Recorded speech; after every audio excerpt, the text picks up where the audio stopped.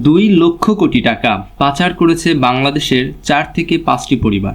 প্রথম আলো আয়োজিত ব্যাংক খাতকে কোথায় দেখতে চাই শীর্ষক গোলটেবিল আলোচনায় ব্যাংক খাতের বিভিন্ন বিষয় নিয়ে কথা বলেন বাংলাদেশ ব্যাংকের গভর্নর আহসান এইচ মনজুর।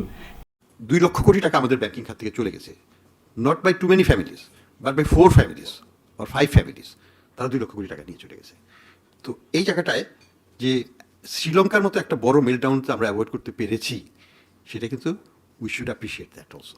যখন একটা ক্রাইসিস সিচুয়েশন হয়, ধরেন মনে করেন আমরা কিছুই করলাম না, 9% ইন্টারেস্ট রেটে রেখে দিলাম, আমি আরও $1 বিলিয়ন করে দিলাম, 6 মাস পরে আমি ডেফিনেটলি শ্রীলঙ্কা হয়ে যাবো। কিন্তু তখন সেটা কি ভালো সলিউশন হবে?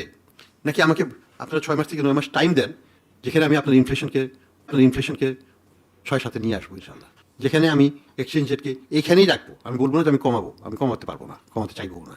120-এই আমি ধরে রাখবো ফর অ্যাটলিস্ট 1 more ইয়ার, তারপরে আস্তে আস্তে কিছুটা হয়তো বাড়বে।